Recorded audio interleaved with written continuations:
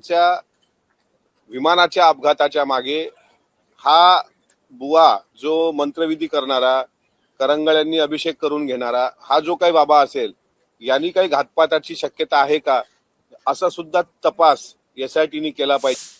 अजितदादांसारख्या लोकनेत्याचा अर्थसंकल्पीय अधिवेशनामध्ये त्यांच्या विमान अपघाताच्या चौकशीच्या संदर्भात कुठलाही साधा चर्चा न घेणं हे अत्यंत वेदनादायी आहे, अत्यंत दुःखद आहे.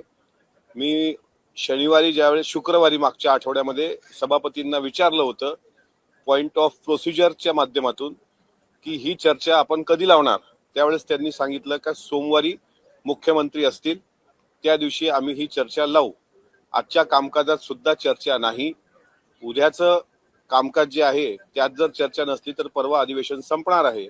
त्यामुळे अजितदादांसारख्या नेत्याला जर महायुतीमधले उपमुख्यमंत्री असताना त्यांची चर्चा होत नसेल, अल्पकालीन चर्चा आज लागली नसेल, 97चा प्रस्ताव आज लागला नसेल, 269 वर खालच्या सभागृहात चर्चा झाली नसेल, तर अजूनही अंतिम आठवडा प्रस्ताव नावाचं आयुध आहे.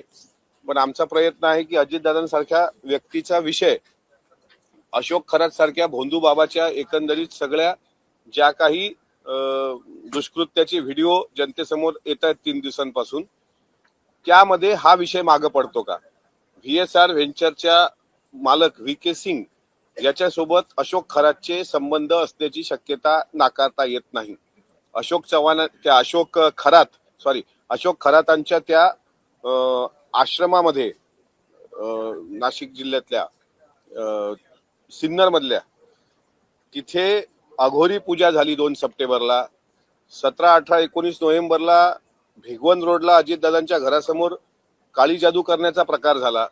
अजितदादा या सरकारमध्ये आणि या महाराष्ट्रामधले असे एकमेव नेते होते ज्यांच्या गळ्यात बोटात कुठं खळ्याच्या अंगठ्या गंडे धागे नव्हते. ते भोंदू बाबाला अजिबात मानत नव्हते.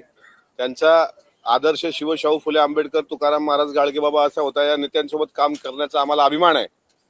आणि अशा नेत्यांच्या विमानाच्या अपघाताच्या मागे हा बुवा जो मंत्रविधी करणारा, करंगळ्यांनी अभिषेक करून घेणारा हा जो काही बाबा असेल, यांनी काही घातपाताची शक्यता आहे का, असा सुद्धा तपास एसआयटीने केला पाहिजे. याकरता आमचा लढा जरी निवृत्त होत असलो तरी तो कायम राहणार आहे. म्हणून अजितदादांचा फोटो घेऊनच आमच्या सरकारला या गोष्टीची जाण व्हावी. आमच्या सरकारने परत अशोक खरात प्रकरणामध्ये वाहून न जाता अजितदादांचा मुद्दा विचलित होणार नाही याची दक्षता घेऊन अजितदादांच्या विमान अपघाताची चर्चा घडून आणावी. अद्यापही 2 दिवस शिल्लक आहेत. सरकार जागे होईल. मी सरकारमध्ये असताना त्यांना साष्टांग हात जोडून विनंती करतो की उद्याच्या कामकाजात तरी अजितदादांची चर्चा असली पाहिजे आणि त्यावर माननीय गृहमंत्र्यांनी उत्तर दिलं पाहिजे.